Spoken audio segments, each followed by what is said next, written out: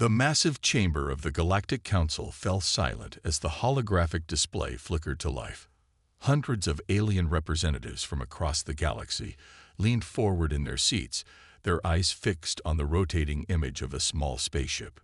"This," announced Admiral Thex, his tall frame casting a shadow across the projection, "is what the humans call their most advanced warship." His four eyes blinked in sequence, a sign of amusement among his species. "As you can see, it's barely larger than a standard trading vessel." Murmurs of laughter rippled through the chamber. The ship in the display was indeed tiny compared to the mighty vessels of the Council races. Where their warships stretched for miles, this human craft was compact and sleek, almost delicate-looking. "Tell us more about these humans," rumbled Council Leader Rex, his crystalline body reflecting the hologram's blue light. The ancient leader had seen countless species join the galactic community, but something about these newcomers made his crystals vibrate with unease. Admiral Thex waved his hand, and the display changed to show the human home system. They achieved faster than light travel only 300 years ago. Their civilization is young, their territory small. They have colonized merely dozen worlds in their local sector. He paused for effect. "And yet they refuse our generous offer of protected status within the Council." More murmurs filled the chamber, this time of disapproval. Protected status was an honor, a way for younger races to develop under the guidance of their betters. No species had ever refused it before. "Perhaps," said Representative Mox, her tentacles writhing with curiosity, "we should show them why the Council's protection is not optional." Several other representatives nodded their bulbous heads in agreement. Admiral Thex's skin shifted to a pleased purple color. "My thoughts exactly. I propose we send the 7th Fleet to Earth for it." He smiled, showing rows of metallic teeth, diplomatic demonstration. In the back of the chamber, Intelligence Officer Pat watched silently. She had spent months studying human history, and something didn't add up. Their ships were small, yes, but their battles with space pirates showed unusual tactical complexity. And why did their energy signatures sometimes vanish completely from sensors? "Council Leader," Pat stepped forward, her voice calm but firm. "The data suggests we should be cautious. Humans have a history off." "Officer Pat," Admiral Thex cut her off. "Your concern for these primitives is noted, but unnecessary. Their entire fleet could fit inside one of our carrier ships." He turned back to the Council Leader. "We'll send our largest vessels. The sight alone should convince them to accept our authority." The Council Leader's crystals pulsed with thought. "Very well. Prepare the 7th Fleet for departure. Show these humans the proper way of things." He raised his crystalline arm. "But remember, this is a diplomatic mission. We are here to guide, not destroy." As the chamber emptied, Pat lingered by the holographic display. Something in the design of that human ship bothered her. It was too perfect, too precise, like a weapon honed to its essential form. She pulled up the latest intelligence reports on her datapad. Human communications had dropped by 60% in the last month. Their ships appeared less frequently in trading ports, and their energy signatures. Still worried about the little humans, Admiral Thex's voice dripped with mockery. "Focus on real threats, Officer Pat. These primitives will learn their place soon enough." Pat watched him leave, then looked back at the human ship. In all her years of intelligence work, she had learned one vital lesson. Species that survived on Earth had a peculiar trait. They were most dangerous when they appeared weakest. But the decision was made. The 7th Fleet would depart tomorrow, carrying the Council's message to Earth. 50 massive ships, each one a city in space, would demonstrate the futility of resistance. Pat only hoped they weren't about to make a terrible mistake. Admiral James Walker stood at the window of Earth Defense Command, watching the stars. Most people saw peace in that view. He saw a storm coming. "Sir," Fleet Commander Kate Martinez entered the room, her boots clicking against the metal floor. "The Council's message just arrived." She handed him a datapad, her face grim. Walker read it slowly, his expression unchanging. The message was polite, diplomatic even.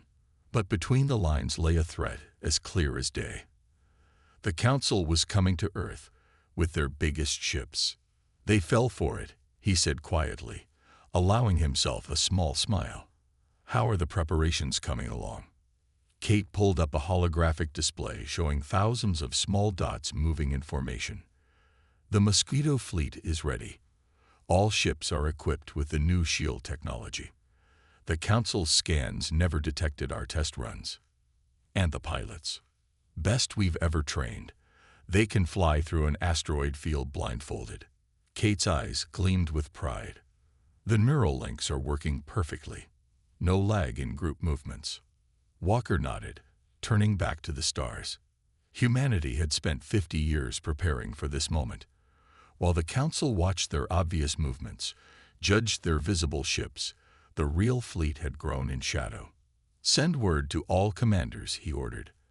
Operation Small Wonder is now active. Across the solar system, hidden shipyards sprang to life. What looked like asteroid mining operations transformed into launch bays. Space stations that appeared to be research outposts revealed their true nature. Training centers for Earth's real defense force. In her own command ship, Kate watched the preparations through multiple screens. Each vessel in the Mosquito fleet was barely larger than an old Earth passenger jet, but packed with technology that would make the Council's scientists weep. Commander, her tactical officer Tom spoke up. All ships report quantum shields are functioning at full capacity.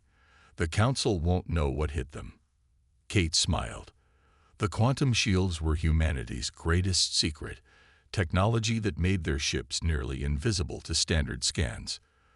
The Council thought Earth's ships were small because of technical limitations. In truth, they were small by choice. Remember everyone, Kate broadcast to her fleet. We've trained for this. They'll expect us to be primitive, weak, easy to intimidate. Let them think that. Pride comes before a fall. In his office, Walker received updates from across the system. Earth's allies, species who had also rejected Council control, confirmed the movement of the 7th Fleet. 50 massive ships, each one carrying enough firepower to level a continent. Such a waste of resources, he muttered, studying the Council fleet's specifications. Their ships were impressive, yes, but also slow. Clumsy. Perfect targets for what was coming.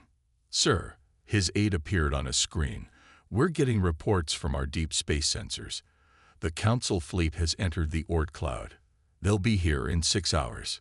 Walker pressed a button, connecting him to all fleet commanders. This is Admiral Walker. In a few hours, the Galactic Council will arrive, expecting to find a primitive species ready to bow to their authority. Instead, they'll learn why Earth's history is full of stories about the little guy winning. He paused, looking at a picture on his desk. It showed Earth's first contact with alien life, 300 years ago. Since that day, humanity had hidden its true capabilities, played the role of the struggling young species, all for this moment. Take your positions, he continued. Remember your training. They think size equals power. Let's show them how wrong they are. Across the solar system, thousands of small ships moved into hiding spots. Some nestled in asteroid fields. Others hid in gas-giant atmospheres. Many simply engaged their quantum shields and disappeared from view. The trap was set. Now they just had to wait for their guests to arrive. Grand Marshal Doc stood on the bridge of the Council's flagship Starbreaker, watching as his fleet of 50 massive ships dropped out of faster-than-light travel. Each vessel was the size of a small moon, their golden hulls gleaming in the light of Earth's sun. Magnificent, isn't it? He said to Admiral Thex, who stood beside him. These primitive humans will understand true power when they see our fleet. The Starbreaker alone was 20 miles long, carrying enough weapons to destroy a small planet. Its shadow could cover an entire city. Beside it, the other 49 ships formed a wall of metal that blocked out the stars. "Sir," called out the sensor officer, his tentacles working quickly over the control panel. Something strange about the scans of the system. What do you mean, strange? Dox moved closer, his armored boots making the deck plates ring. I'm picking up scattered readings. Very small ships, but they keep disappearing from our sensors. Could be equipment malfunctions. Admiral Thex laughed. Or their primitive technology is too weak to detect properly. He waved a hand dismissively. Continue forward. Show them our might. The massive fleet moved deeper into the solar system, passing Neptune and Uranus. Their engines glowed like new stars, pushing the city-sized ships forward with unstoppable force. On the secondary bridge, Intelligence Officer Pat watched the sensor readings with growing concern. Those signatures aren't random, she muttered to herself. They're too organized. She zoomed in on one of the brief signals. The ship was tiny, yes, but its movement was precise. Perfect, like a predator positioning itself. Grand Marshal, she called over the comm. I recommend we proceed with caution. These readings. Officer Pat, Dox cut her off. Your constant worry about these humans is becoming tiresome. Look around you. His voice boomed through the channel. Each of our ships could house their entire fleet. We are the Council. We are power itself.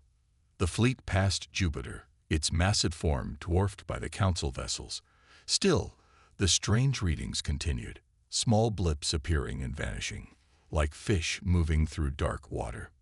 Sir, the weapons officer called out, we're having trouble getting target locks on the readings. They're too small and fast. No matter, Dox replied. Prepare the demonstration weapons. When we reach Mars orbit, we'll show them our power. After that, they'll beg to accept our protection. Pat moved to a private console and pulled up historical records. Earth's history was full of battles where smaller forces defeated larger ones. Stories of tiny groups overcoming massive armies. Why hadn't anyone else noticed this pattern? The fleet reached Mars, their massive engines slowing the enormous ships. From Earth, they must have looked like new moons appearing in the sky, their golden hulls reflecting sunlight across the solar system. Still no response from Earth, reported the communications officer. They're receiving our signals but not answering. Dox smiled, showing his metallic teeth. Of course not. They're paralyzed with fear. Look at their pitiful defenses. A few scattered readings that can't even maintain stable sensor contact. Thex moved to the main view screen, his 4 eyes gleaming. Shall we begin the demonstration, Grand Marshal? Yes, Dox said, settling into his command chair.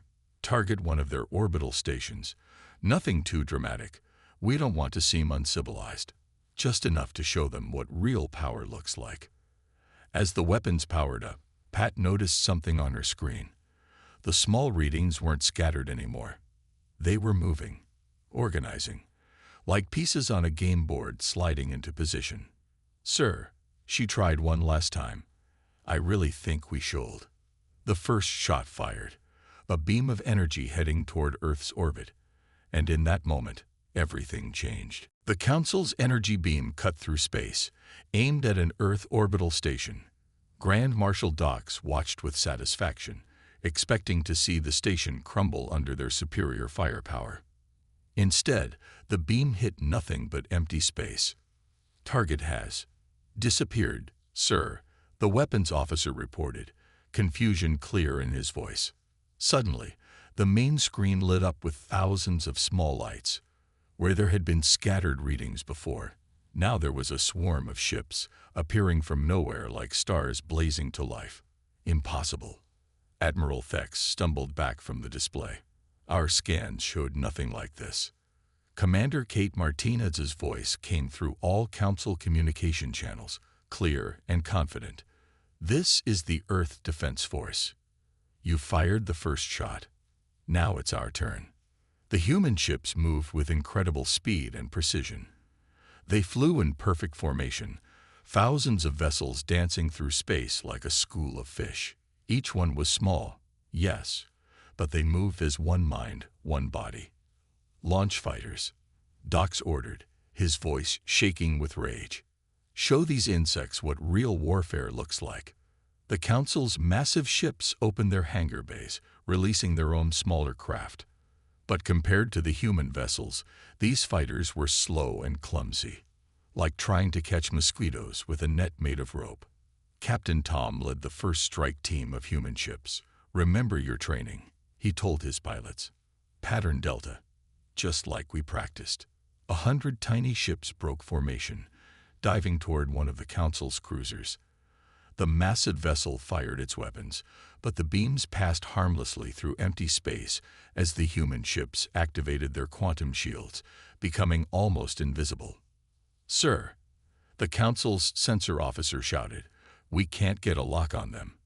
Their ships keep flickering in and out of our scans." The human vessels reappeared right next to the cruiser's hull. Each ship fired a single precise shot at specific points along the massive vessel. Tiny weapons by Council standards, but placed exactly where they would do the most damage. How? Admiral Thex watched in horror as one of their mighty cruisers lost power, its engines dying. "Their weapons shouldn't even scratch our hulls." On her command ship, Kate smiled. "Target their weapon systems next," she ordered. "Show them what Earth's tiny fleet can do." The human ships moved like a swarm of angry bees, striking and vanishing before the Council's weapons could target them. Their quantum shields made them almost impossible to hit, while their small size let them slip through gaps in the Council's defenses. 2 more cruisers reporting critical damage, Pat announced from her station. "Their crews are evacuating." Grand Marshal Dox gripped his command chair, his metallic teeth grinding together. "Impossible. They're nothing but primitives. Their ships are toys compared to ours." But the evidence was right in front of him. The human fleet moved with impossible precision, each ship knowing exactly where to be and when.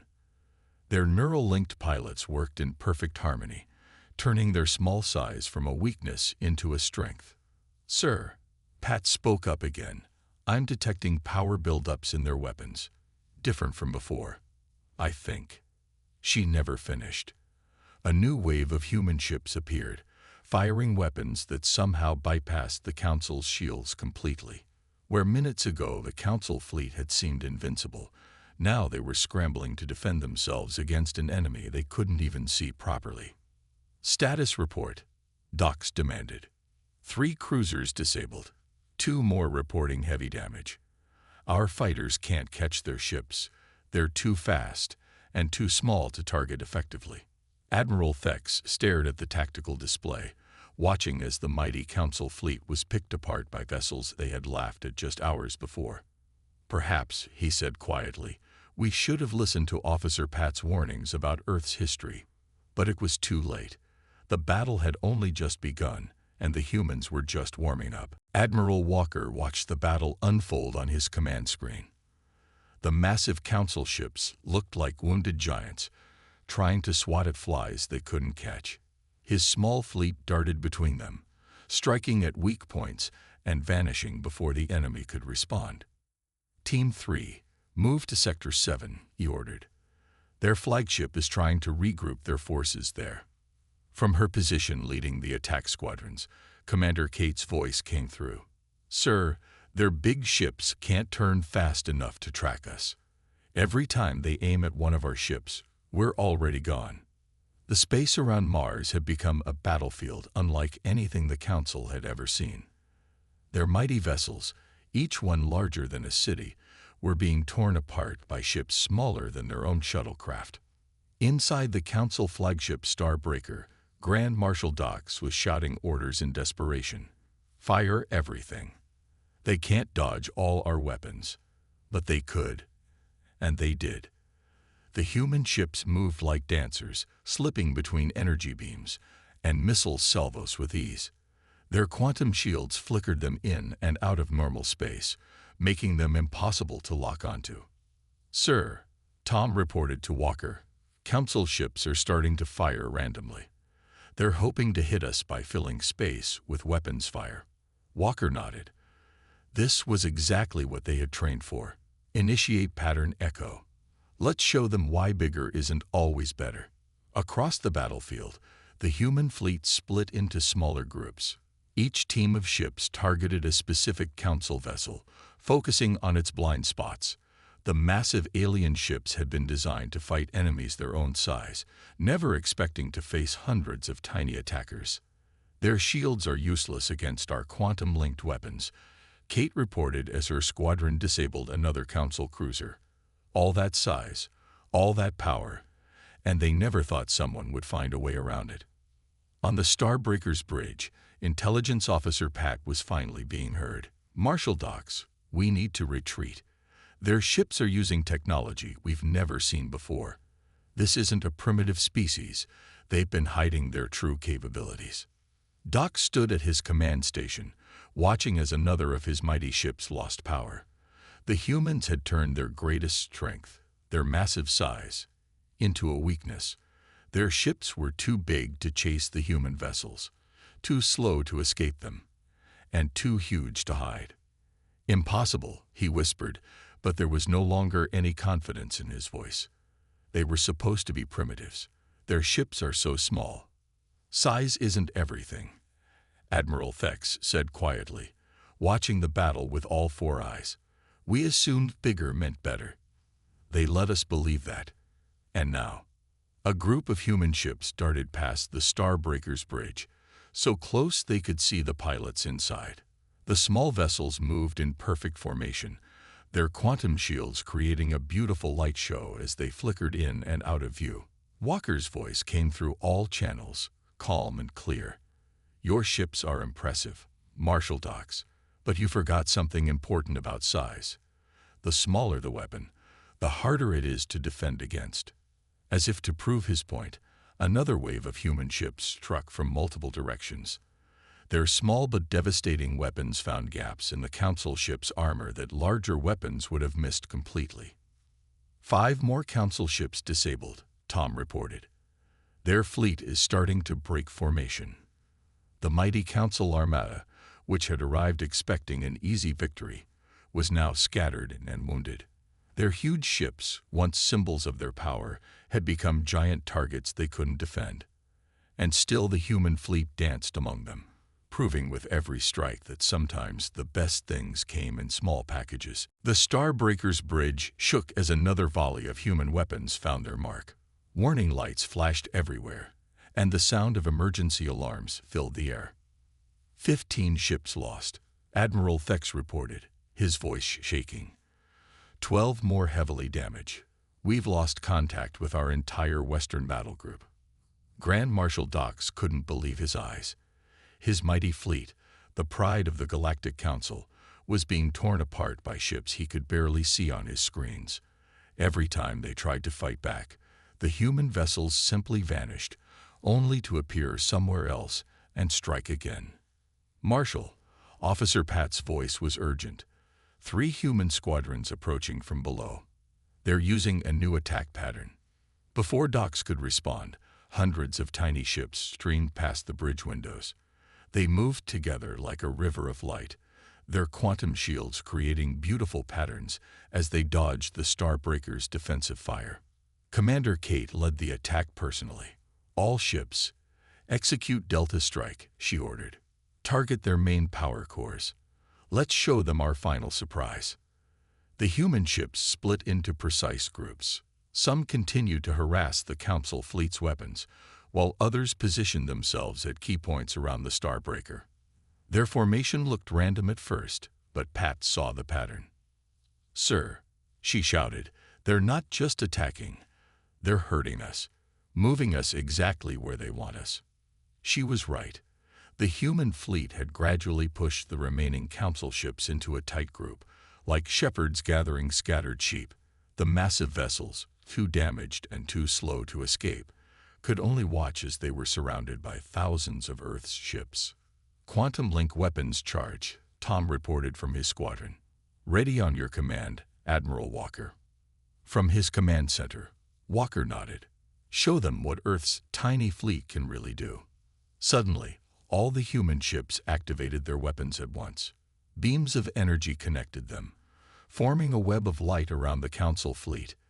The quantum-linked weapons created a field that none of the Council's technology could defend against. Power levels dropping. Thex shouted as the Starbreaker's systems began to fail. "Shields are useless. How are they doing this? Dox watched in horror as his mighty flagship, 20 miles of the most advanced technology in the galaxy, was brought to a complete stop by ships smaller than its own shuttles.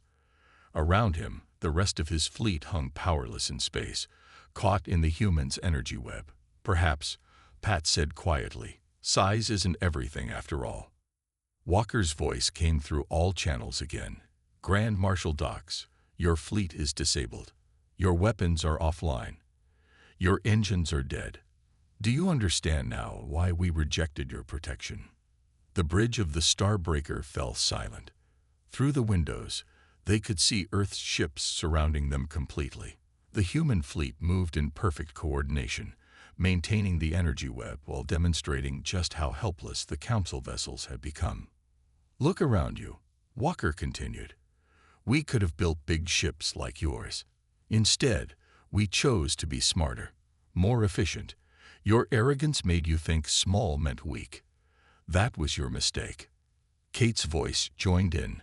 Every time you scanned our system, we showed you what you expected to see.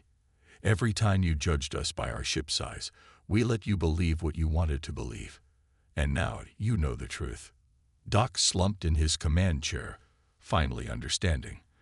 The humans hadn't just defeated his fleet, they had completely outfought them. Every assumption about their capabilities had been wrong. Every judgment based on size had been a mistake. Marshal, Thex said softly, what are your orders? Before Dox could answer, the human ships began moving again. Not to attack this time, but to demonstrate.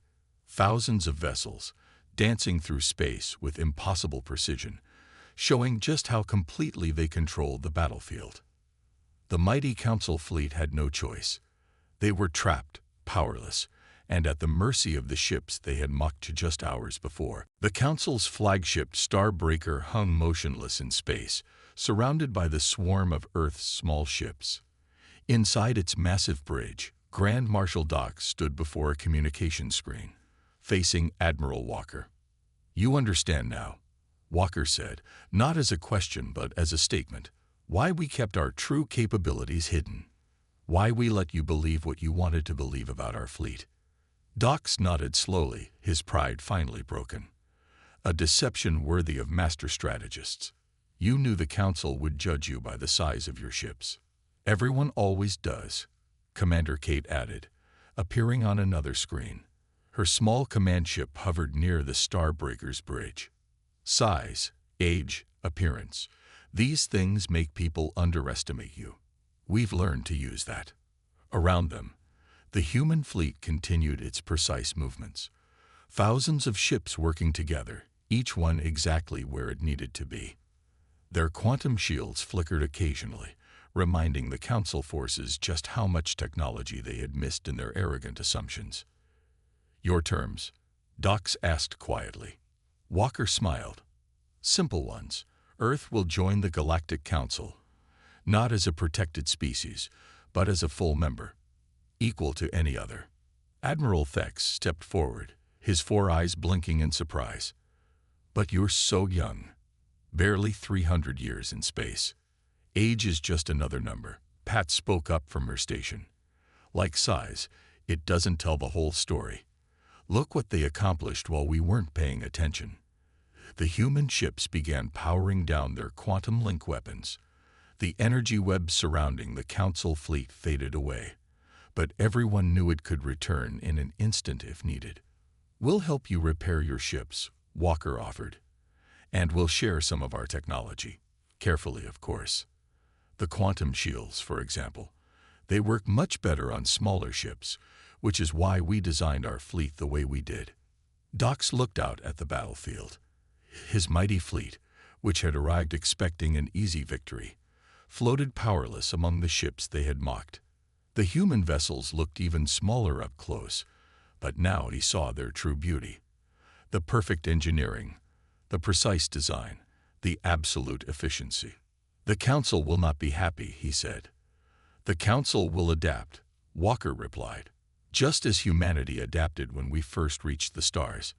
We learned that being the biggest isn't always the answer. Sometimes, being clever is better.